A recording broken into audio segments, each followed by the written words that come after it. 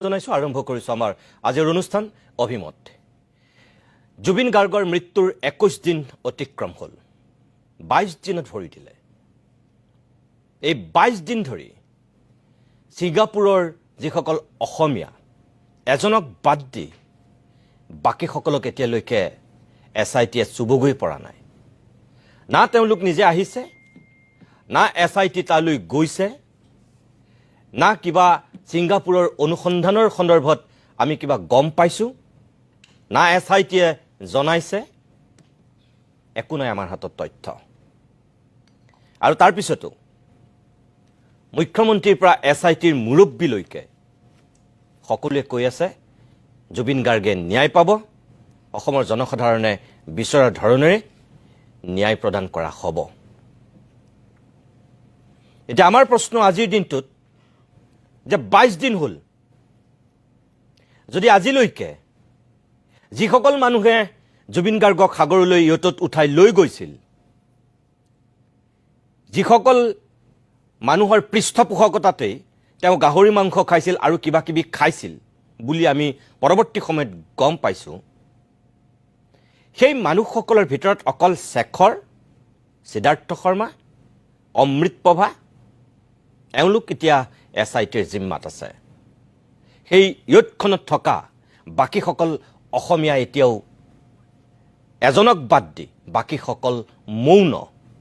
কিয় এই সন্দৰ্ভতে আজি আমি আকৌ এবাৰ অভিমতত কিছু কথা পাতিব বিচাৰিছো প্ৰথমতে মই দৰ্শকসকলক কোন কেইজন মানুহ এতিয়াও এক প্ৰকাৰ নাপাত্তা নিৰুদ্দেশ কোনো তেওঁলোকৰ এই মুহূৰ্তলৈকে নৈতিকতা মূল্যবোধে তেওঁলোকক ঢপলিয়াই অসমত উপস্থিত কৰোৱাহি নাই অসমৰ মানুহে সামাজিক মাধ্যমতেই হওক সংবাদ মাধ্যমতেই হওক ব্যাপক ৰূপত তেওঁলোকৰ সন্দৰ্ভত চৰ্চা কৰাৰ পিছতো তেওঁলোকক আহ্বান জনোৱাৰ পিছতো তেওঁলোকক অনুৰোধ কৰাৰ পিছতো তেওঁলোকক কটাক্ষ কৰাৰ পিছতো তেওঁলোকৰ এতিয়ালৈকে অসমত পদাৰ্পণ হোৱা নাই আমি নাজানো কিয় হোৱা নাই কিবা আইনী মেৰ প্ৰেছৰ কাৰণে হোৱা নাই না আন কিবা কাৰণে হোৱা নাই আমি নাজানো কিন্তু এজনটো আহি গ'ল উভতিও গ'ল তেওঁ তেখেত যদি আহিব পাৰিছে বাকি কেইজন কিয় আহিব পৰা নাই আজি মূলতঃ আমাৰ দৃষ্টিভংগীটো তাত থাকিব আৰু এইসকলৰ ক্ষেত্ৰত অসম চৰকাৰৰ যিটো স্থিতি আমাৰ যিসকলে এই এছআইটিৰ তদন্ত কৰি আছে এখেতসকলৰ শেহতীয়া যিবিলাক কাম কাজ এই সন্দৰ্ভত আমাৰ মনলৈ অহা কিছু প্ৰশ্ন আজি আমি আকৌ এবাৰ উত্থাপন কৰিম অসমৰ ৰাইজৰ মনৰ চাগে সেইখিনি প্ৰশ্ন যিখিনি প্ৰশ্ন আমাৰো মনত উদয় হৈছে এই 22 দিন হোৱাৰ সময়ত আমি এছআইটিৰ সকলো মুৰব্বীৰ পৰা বিষয়ববীয়াক এই কথাখিনি জনাব বিচাৰিছো আনকি মাননীয় মুখ্যমন্ত্ৰী হিমন্ত বিশ্ব শৰ্মাৰো আমি দৃষ্টিগোচৰ কৰিব বিচাৰিছো আমাৰ মনত উদয় হোৱা সেই প্ৰশ্নখিনি প্ৰথমতে মই দৰ্শকসকলক দেখুৱাই ল'ব বিচাৰিছো ছিংগাপুৰৰ সেইসকল অসমীয়া চাওক আপোনালোকে কোন কেইজন এতিয়ালৈকে খা খবৰ নাই তন্ময় ফুকন কাৰ্যসূচীৰ মূল উদ্যোক্তা আছিল এই তন্ময় ফুকন বোলাজন এতিয়ালৈকে নাপাত্তা নিৰুদ্দেশ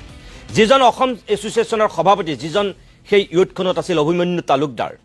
তৃতীয় দিব্যজ্যোতি হাজৰিকা সাধাৰণ সম্পাদক অসম এছ'চিয়েশ্যন ছিংগাপুৰ সিদ্ধাৰ্থ বৰা ইয়তত থকা আন এগৰাকী প্ৰবাসী অসমীয়া পৰীক্ষিত শৰ্মা এই ব্যক্তিগৰাকীও এতিয়ালৈকে কোনো ধৰণৰ আমি সুংসূত্ৰ পোৱা নাই একো নাজানো সুদীপ চেটাৰ্জী ইয়তত থকা আন এগৰাকী প্ৰবাসী অসমীয়া ৱাজিদ আহমেদ ইয়তত থকা এগৰাকী প্ৰবাসী অসমীয়া সুস্মিতা গোস্বামী তেওঁ অধ্যয়নৰত তেওঁ দেউতাকে আজি কিছু কথা কৈছে আৰু জয়শ্ৰী গোস্বামী আচলতে প্ৰবাসী অসমীয়া বুলি যদিও আমি ইয়াত লিখিছো আচলতে তেওঁ শ্যামকানু মহন্তৰ এই যিটো ইভেণ্ট সেই ইভেণ্টৰ লগত জড়িত আছিল আৰু সেইকাৰণে তেওঁ গৈছিল আজি এইগৰাকী জয়শ্ৰী গোস্বামী এছআইটিৰ সন্মুখত উপস্থিত হৈছেহি আজি উপস্থিত হৈছেহি ইয়াৰ আগলৈকে অহা নাছিল এতিয়া কথা হ'ল বাকী কেইজন এই মুহূৰ্তলৈকে কি কাৰণে অহা নাই কিয় আহিব পৰা নাই গণ্ডগোলটো ক'ত হৈছে এই যে 21 দিন হ'ল আজিলৈকে যে এছআইটিৰ এজনো লোক তাত উপস্থিত হ'বগৈ পৰা নাই কিয় মুখ্যমন্ত্ৰীয়ে কৈ আছে সঠিক ৰূপত তদন্ত চলি আছে SITৰ ওপৰত বিশ্বাস ৰাখিব লাগে আমি সন্দেহ কৰা নাই আমি বিশ্বাস ৰাখিছো SITয়ে সঠিক ৰূপতে তদন্ত কৰিছে বুলি আৰু যিখিনি বাকি আছে সেইখিনিও কৰিব বুলি 3 মাহৰ বাজত যিখিনি প্ৰতিবেদন দিব মুখ্যমন্ত্ৰীয়ে কৈছে আমি বিশ্বাস কৰিছো 3 মাহৰ পিছত SITৰ প্ৰতিবেদন মতে অসমৰ মানুহে কথাখিনি বিশ্বাস কৰক কিন্তু তাৰ আগতে সেই প্ৰতিবেদন প্ৰস্তুত হোৱাৰ আগতে জিমুলা বাহে দুপাততে চিন বুলি এষাৰ কথা আছে এই 22 দিন হোৱাৰ সময়ত তদন্তৰ যিটো গতি প্ৰকৃতি স্বৰূপ আৰু চৰিত্ৰ কেনেকুৱা অসমৰ মানুহে কি মন কৰিছে আমি কোনো CID CBI পুলিচৰ মানুহ নহয় তেনেই নিষ্কিন নগণ্য এজন সাধাৰণ ব্যক্তি কিন্তু যিখিনি বিগত সময়ত এজন সাধাৰণ সাংবাদিক হিচাপে যিখিনি কাম কাজ আমি দেখিছো প্ৰত্যক্ষ কৰিছো এটা ঘটনা সংঘটিত হোৱাৰ পিছত যি ধৰণে তদন্ত কৰে আৰু আৰক্ষীৰ লোক বা তদন্তকাৰী বিষয়াসকল প্ৰথম সেই ঘটনাস্থলীত উপস্থিত হৈ পুংখানুপুংখভাৱে সকলোবিলাক যেনেকৈ তেওঁলোকে তথ্য সংগ্ৰহ কৰে সেই ক্ষেত্ৰত SITয়ে এই 21 দিনত কি ভূমিকা পালন কৰিছে কি হৈ আছে আজিৰ দিনটোলৈকে আলেকৰ পালেক কুকুৰা চৰাই ভাগিনীয়েক বিচাৰি SITয়ে এতিয়া জুবিন গাৰ্গৰ ফোন কল চাই কাৰ লগত সম্পৰ্ক আছিল সেই খোপাক দৈনিক মাতি আছে অসমৰ মানুহে এই আলেকৰ পালেক কুকুৰা চৰাই ভাগিনীয়েক খোপাক বিচাৰি পোৱা নাই চাব বিচৰা নাই কাৰ ক'ত কি সম্পত্তি কোনে কিমান লুটিলে কাৰ কি ঠিকা এইবিলাক অসমৰ মানুহে বিচৰা নাই মূল ইস্যুটো কি আছিল জুবিন গাৰ্গৰ ন্যায় জুবিন গাৰ্গৰ মৃত্যুৰ ৰহস্য উদ্ঘাটন যদি সেয়াই হয় এই যে আজিৰ দিনত জুবিনৰ লগত থকা PSO দুগৰাকীক 4 দিনৰ তদন্তৰ শেষত আজি গ্ৰেপ্তাৰ কৰিছে ভাল কথা কিবা টকাৰ গোলমাল হৈছে এইবোৰ গ্ৰেপ্তাৰ কৰিছে ভাল কথা কিন্তু গ্ৰেপ্তাৰ কৰিব লাগিছিল কাক সুধিব লাগিছিল কাক সুধি আছে কাক মাতিব লাগিছিল কাক মাতি আছে কাক জেৰা কৰিব লাগিছিল কাক জেৰা কৰি আছে কাক ছিংগাপুৰলৈ নোযোৱাকৈ SITৰ কোনো এজন ব্যক্তি তাত উপস্থিত নোহোৱাকৈ এই 21 দিনে SITয়ে সঠিক ৰূপত তদন্ত কৰি আছে আৰু আমি বিশ্বাস কৰি আছো এতিয়া মই দৰ্শকসকলক ক'ব বিচাৰো যে যিসকলৰ ওপৰত আমাৰ আস্থা আৰু বিশ্বাস আছে এই SIT যে গঠন হৈছে CIDৰ মানুহৰ পৰা ধৰি CM ভিজিলেন্সৰ বিষয়াৰ পৰা ধৰি সকলো মানুহক লৈ গঠন কৰা হৈছে তাত ৰজি কলিতা আছে মুন্না প্ৰসাদ গুপ্তা আছে আৰু কেইবাগৰাকীও উচ্চপদস্থ আৰক্ষীৰ বিষয়া আছে CIDৰ নেতৃত্বত হৈছে এই যে ৰজি কলিতা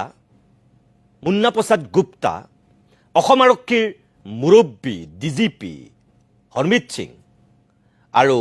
গৃহ বিভাগৰ দায়িত্বত থকা গৃহমন্ত্ৰী তথা অসমৰ মুখ্যমন্ত্ৰী হিমন্ত বিশ্ব শৰ্মা এই 4 জনৰ ওপৰতেইতো গোটেই অসমৰ মানুহৰ শেষ ভৰসা হৈ আছে এতিয়া এই 4 জন ব্যক্তিৰ আজি 21 দিন হোৱাৰ সময়লৈকে বক্তব্য কি এই ছিংগাপুৰ কেন্দ্ৰিক স্থিতি কি তেওঁলোকৰ অসমৰ মানুহক মই আকৌ এবাৰ মনত পেলাই দিব বিচাৰিছো যে তেখেতসকলে নিজে কোৱা বক্তব্যৰ কিয়দাংশ আপোনালোকে এবাৰ চাওক শুনক আৰু তাৰ পিছত আপোনালোকে নিজে বিবেচনা কৰক যে আমি আবেগৰ বশৱৰ্তী হৈ এই কথাখিনি কৈছো নে কৰবাত বিবেক দংশনত ভুগি এই কথাকেইটা আকৌ এবাৰ ক'বলগীয়া হৈছে প্ৰথমতে মই আপোনালোকক দেখুৱাব বিচাৰিছো এই SITৰ অন্যতম এগৰাকী ব্যাগুম বিষয়া সততেই আমি CM ভিজিলেন্সৰ যোগেদি তেখেতক দেখি থাকোঁ এই SITটো তেওঁ অন্যতম এগৰাকী নেত্ৰী ৰজি কলিতাৰ বক্তব্যটো অকণমান চাওকচোন কি কৈছিলে তেওঁ সিস্টেমৰ ওপৰত আপোনালোকে বিশ্বাস ৰাখক ভালকে চলি আছে ভালকে হ'ব ভালকে চলি আছে আপোনালোকে আমাৰ সিস্টেমটোৰ ওপৰত বিশ্বাস সিস্টেমৰ ওপৰত আপোনালোকে বিশ্বাস ৰাখক ভালকে চলি আছে ভালকে হ'ব ভালকে চলি আছে আপোনালোকে আমাৰ সিস্টেমটোৰ ওপৰত বিশ্বাস সিস্টেমৰ ওপৰত আপোনালোকে চলি যাবলৈ দিয়ক ভালকে চলি আছে সিস্টেমৰ ওপৰত বিশ্বাস ৰাখক আমিও কৈছোঁ আমি সিস্টেমৰ ওপৰত বিশ্বাস ৰাখিছোঁ অসমৰ কোটি কোটি মানুহে বিশ্বাস ৰাখিছে কিন্তু 21 দিনত সেই বিশ্বাস হৈ আছেনে নে এখন মকৰা জাল সৃষ্টি কৰিছে দৈনিক নে জেলেপিৰ এটা পাক বনাই আছে দৈনিক যিটোৰ জেলেপিৰ পাকত আসল বৃন্দুটো কৰবাত হেৰাই গৈছে মুন্না প্ৰসাদ গুপ্তা যিগৰাকী নেতৃত্ব দিছে এই SITৰ মুন্না প্ৰসাদ গুপ্তাই কি কৈছিল চাওক এবাৰ আমাৰ টিম ৰেডি আছে এইটো কিছুমান ফৰ্মেলিটি আছে মই অসুবিধা একো নাই কাৰণ এইটো চাওক এইটো বিদেশী ৰাষ্ট্ৰ ছিংগাপুৰ গতিকে আমি ছিংগাপুৰৰ লগত যেটো ভাৰতৰ মিউচুৱেল ট্ৰিটি আছে ইতিমধ্যে আমাৰ ৰিকুৱেষ্ট গৈ পাইছে তেওঁলোকে দুদিনমান টাইম ল'ব প্ৰচেছ কৰিবলৈ তেওঁলোকৰ নিজা সিস্টেমত প্ৰচেছ কৰি আমাক জনালে আমাৰ টিম যাব আমাৰ টিম ৰেডি আছে এইটো কিছুমান ফৰ্মেলিটি আছে মই অসুবিধা একো নাই কাৰণ এইটো চাওক এইটো বিদেশী ৰাষ্ট্ৰ ছিংগাপুৰ গতিকে আমি ছিংগাপুৰৰ লগত যেটো ভাৰতৰ মিউচুৱেল ট্ৰিটি আছে ইতিমধ্যে আমাৰ আপোনালোকক আকৌ কৈছোঁ এই যে ৰজি কলিতা আৰু এয়া SITৰ মুৰব্বী মুন্না প্ৰসাদ গুপ্তা শীৰ্ষ আৰক্ষী বিষয়া তেওঁ যিখিনি কথা কৈছে এয়া আজি বা কালিৰ কথা নহয় এয়া তেওঁলোকে আজিৰ পৰা বহুদিনৰ আগতেই কৈছিল মুন্না প্ৰসাদ গুপ্তাই কৈছিল যে যাবলৈ সাজু হৈ আছে আৰু এতিয়ালৈকে তালি টোপোলা বান্ধি হয়তো টুপি কাপোৰ কানি চাগে গোটাই আছে যাবই পৰা নাই এতিয়ালৈকে অসমতে আছে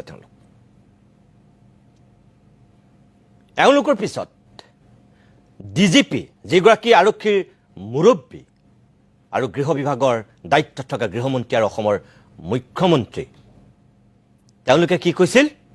এজনে কৈছিল ছিংগাপুৰত বোলে গৈ SITৰ টিম অসম আৰক্ষী উপস্থিত ইতিমধ্যেই হ'লগে স্বয়ং মুখ্যমন্ত্ৰীয়ে কৈছিল আৰু DGPয়ে কৈছিল অলৰেডি যাবলৈ সাজু হৈছে অলৰেডি যাবলৈ সাজু যদি সঁচাকৈ মুখ্যমন্ত্ৰীয়ে মই নাজানো তেওঁলোকৰ ক'ত গণ্ডগোল হ'ল মুখ্যমন্ত্ৰীয়ে আগদিনা কৈছিল আৰু DGPয়ে তাৰ পিছদিনা কৈছিল এই দুয়োটা ভাষ্য মই এবাৰ আপোনালোকক দেখুৱাব বিচাৰো চাওক তেওঁলোকে কি বুলি কৈছিল আমি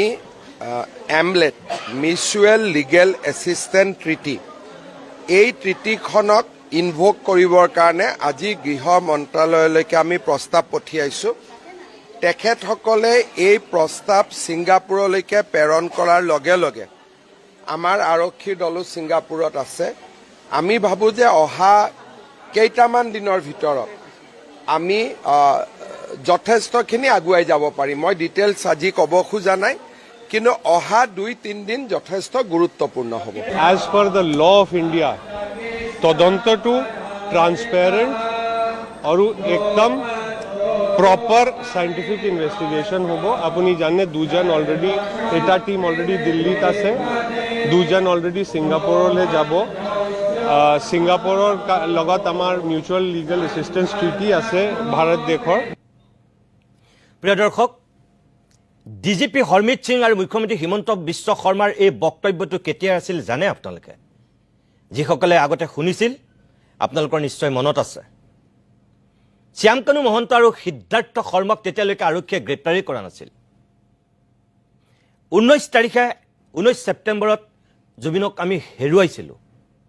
আৰু যেতিয়া সামাজিক মাধ্যম সংবাদ মাধ্যমত সৰব ৰূপত চৰ্চা হৈ আছিল যে 10 দিন অতিক্ৰম কৰাৰ পিছতো যি দুগৰাকীৰ বিৰুদ্ধে আটাইতকৈ সৰ্বাধিক গুৰুতৰ অভিযোগ উত্থাপন হৈছে তেওঁলোকক কিয় আৰক্ষীয়ে ধৰিব পৰা নাই ছিংগাপুৰৰ পৰা কিয় শ্যামকানু মহন্তক আটক কৰি আনিব পৰা নাই দিল্লীত আত্মগোপন কৰি থকা সিদ্ধাৰ্থ শৰ্মাক কিয় এতিয়ালৈকে ধৰিব পৰা নাই সাংবাদিকে যেতিয়া বাৰে বাৰে মুখ্যমন্ত্ৰীক ডিজিপিক য'তেই লগ পাইছিল ত'তেই প্ৰশ্ন কৰিছিল তেতিয়া 10 দিনৰ দিনা দিয়া বক্তব্য আছিল এজনে দিছিল 11 দিনৰ দিনা আৰু মুখ্যমন্ত্ৰীয়ে দিছিল 10 দিনৰ দিনা 29 আৰু 30 তাৰিখৰ বক্তব্য আছিল আৰু সেইদিনাখনে আমি এই প্ৰতিদিন টাইমৰ মজিয়াৰ পৰা আমি প্ৰশ্ন কৰিছিলোঁ কোনে মিছা কথা কৈছে আপোনালোক দুজনৰ ভিতৰত আমি প্ৰশ্ন কৰিছিলোঁ মুখ্যমন্ত্ৰী হিমন্ত বিশ্ব শৰ্মাক যে আপুনি কিয় গোকাত মিছা কথা ক'লে আপুনি যা ছিংগাপুৰত অসম আৰক্ষীৰ লোক উপস্থিত হ'লগৈ বুলি ক'লে আৰু ডিজিপি যে কৈছে পিছদিনাখন যাবলৈ সাজু হৈ আছে কোনে সঁচা কথা কৈছিল কোনজনে মিছা মাতিছিল 30 তাৰিখে আমি সেই প্ৰশ্নটো কৰিছিলোঁ যিসকলে আমাৰ প্ৰতিদিন টাইম চাইছিল আপোনালোকৰ নিশ্চয় মনত আছে আৰু আমি ব্যক্তিগতভাৱে আমি কৈছিলোঁ যে শ্যামকানু মহন্তক আনিবৰ কাৰণে ছিংগাপুৰলৈ কোনো পুলিচ যোৱা নাই হিমন্ত বিশ্ব শৰ্মাই মিছা কথা কৈছে ডিজিপিয়ে যে কৈছে যাবলৈ সাজু এটো হয়তো সঁচা কিন্তু যোৱা নাই মুণ্ডা প্ৰসাদ গুপ্তাই কৈছিল সকলো ৰেডি এই এমলেটখনৰ কথা কৈছিল আৰু সেই নিখাই এমলেটৰ সকলোখিনি কাম সম্পন্ন হ'লে পিছদিনা ৰাতিপুৱা ফ্লাইটত উৰিবলৈ সাজু হৈ আছিল বুলি এক প্ৰকাৰ ইংগিত দিছিল আৰু সেইদিনাখনেই আমি স্পষ্টকৈ কৈছিলোঁ যে শ্যামকানু মহন্ত ছিংগাপুৰৰ পৰা হয়তো আৰক্ষীয়ে আৰু আটক কৰি আনিবলগীয়া নহয় শ্যামকানু মহন্ত হয়তো কালি আৰু পৰহিৰ ভিতৰত দিল্লীত উপস্থিত হ'বহি আৰু তাৰপিছত তেওঁক হাতেলতে ধৰি আনি অসমত হাজিৰ কৰিব আমি 30 তাৰিখে সেই কথাটো কৈছিলোঁ আমাৰ ৰেকৰ্ড আছে চাওক আপোনালোকে যিসকলে আমাৰ ফেচবুক পেজত আছে ইউটিউবত আছে আমাৰ চেনেলৰ যোগেদি আমি সেই কথাখিনি 30 তাৰিখেই কৈছিলোঁ আৰু সেয়াই 100% শুদ্ধ বুলি প্ৰমাণিত হৈছিল তাৰ পিছদিনাখন আহি শ্যামকানু মহন্ত দিল্লীত হাজিৰ হৈছিল সি ছিংগাপুৰৰ পুলিচে তাত গৈ ধৰা নাছিল তাৰ পৰা গ্ৰেপ্তাৰ কৰি অনা নাছিল মুখ্যমন্ত্ৰীয়ে কোৱাৰ দৰে তেতিয়াই দিল্লীত আৰক্ষী হাজিৰ হোৱা বুলি যিটো কৈছিল সেইটো হয়তো সঁচা আছিল কিন্তু ছিংগাপুৰত গৈ আৰক্ষীৰ লোক উপস্থিত হোৱা বুলি কোৱাটো গোকাত মিছা কথা আছিল আজিলৈকে ছিংগাপুৰৰ সেই ইয়টখনত সেই সাগৰৰ সেই দ্বীপটোত আমি SIT কোনোবা বিষয়া গৈ উপস্থিত হৈছে বুলি আমি দেখিছোঁ নেকি দেখিছে নেকি অসমৰ জনসাধাৰণে নাই দেখা বিভ্ৰান্তি সৃষ্টি কৰিবৰ কাৰণে কিছুমান কথা কোৱা হৈছিল আৰু এতিয়া কি কৈছে ভূত গৈ পেলাই তাত উপস্থিত হৈ ধৰি আনিছে সেয়া অসমৰ মানুহে নাজানে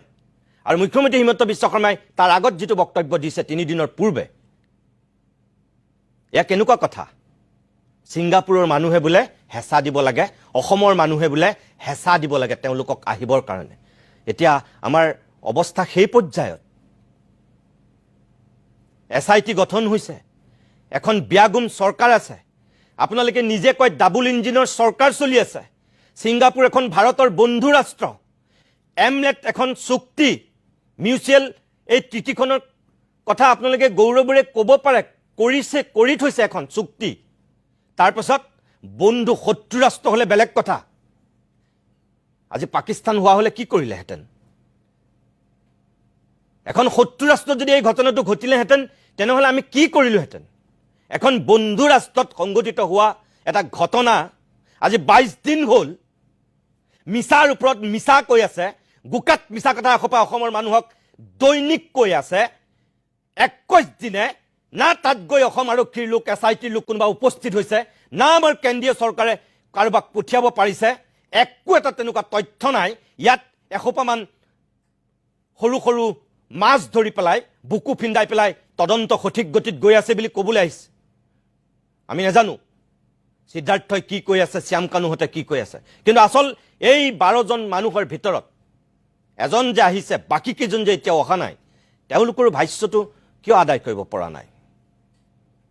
তেওঁলোকক কিয় বাধ্য কৰাব পৰা নাই আমাৰ প্ৰশ্নটো তাত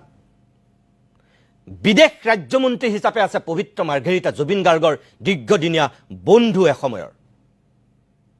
এফালে তেওঁ বিদেশ ৰাজ্যমন্ত্ৰী আৰু আনফালে তেওঁ জুবিন গাৰ্গৰ বন্ধু আৰে যদি বৈদেশিক পৰিক্ৰমা এগৰাকী ৰাজ্যমন্ত্ৰী হৈ পবিত্ৰ মাৰ্ঘেৰিটাই যদি ছিংগাপুৰৰ লগত এই কামখিনি তেওঁলোকে আদায় কৰিব পৰা নাই, তেনেহ'লে বিশ্বগুৰু নৰেন্দ্ৰ মোদী হ'বলৈ যোৱা ভাৰতবৰ্ষৰ শক্তিশালী নেতাজনৰ ওচৰত কি ছিংগাপুৰৰ বন্ধুত্ব সেয়াই নেকি? ছিংগাপুৰটো শত্ৰু ৰাষ্ট্ৰ নহয়, ভাৰতবৰ্ষৰ অন্যতম এখন ঘনিষ্ঠ বন্ধু ৰাষ্ট্ৰ। তাৰপিছত আমি এই 21 দিন ধৰি আমি কিয় সেই কামখিনি এতিয়ালৈকে আদায় কৰিব পৰা নাই? কিয় অসম আৰক্ষী এতিয়ালৈকে ছিংগাপুৰত গৈ সেই দ্বীপটোত উপস্থিত হ'ব নোৱাৰিলে? ক'ত ঘটিছিল, কেনেকৈ ঘটিছিল, হোটেলখনত কি হৈছিল আচলতে অসমৰ মানুহে জানিব বিচাৰিছিল এতিয়ালৈকে, কিয় পৰা নাই? নে দিন বাগৰাৰ লগে লগে মানুহৰ আৱেগ, অসমীয়াৰ আৱেগ যিহেতু ধান খেৰৰ জুই, ভমককৈ জ্বলে, ভমককৈ নুমাব, সকলো শেষ। আৰু লাহে লাহে নিৰ্বাচনৰ সময় আহিব, ৰাজনৈতিক ধুমুহাত ব্যস্ত হ'ব আৰু জুবিন গাৰ্গৰ ন্যায় ক'ৰবাত চিটিকি পৰিব। এই দিশত গৈ আছোঁ নেকি আমিবিলাক? যিবিলাক সৰু সৰু লক্ষণ ফুটি উঠিছে, কিহৰ ইংগিত তাত? পুনৰ কৈছোঁ যে মানুহক দেখুৱাই কিছুমান কথা কৈ এদিনৰ কাৰণে, দুদিনৰ কাৰণে, 3 দিনৰ কাৰণে মানুহক মূৰ্খ সজাব পাৰি, কিন্তু অনন্তকালৰ কাৰণে কোনেও কিন্তু কেতিয়াও সকলোকে একেটা সময়তে একেলগে মূৰ্খ সজাব নোৱাৰে। এজনক পাৰে, দুজনক পাৰে, 3জনক পাৰিব, সকলোকে নোৱাৰে। সেইটো নহ'ব।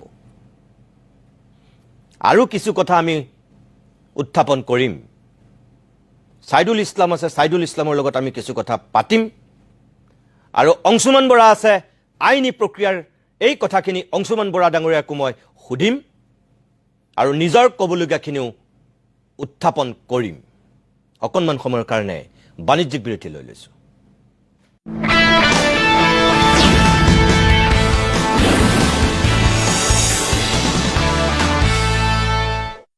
শ্বেক বনোৱাৰ আগতে বাকচটোতো পঢ়ি ল। আচ্ছা। Hey!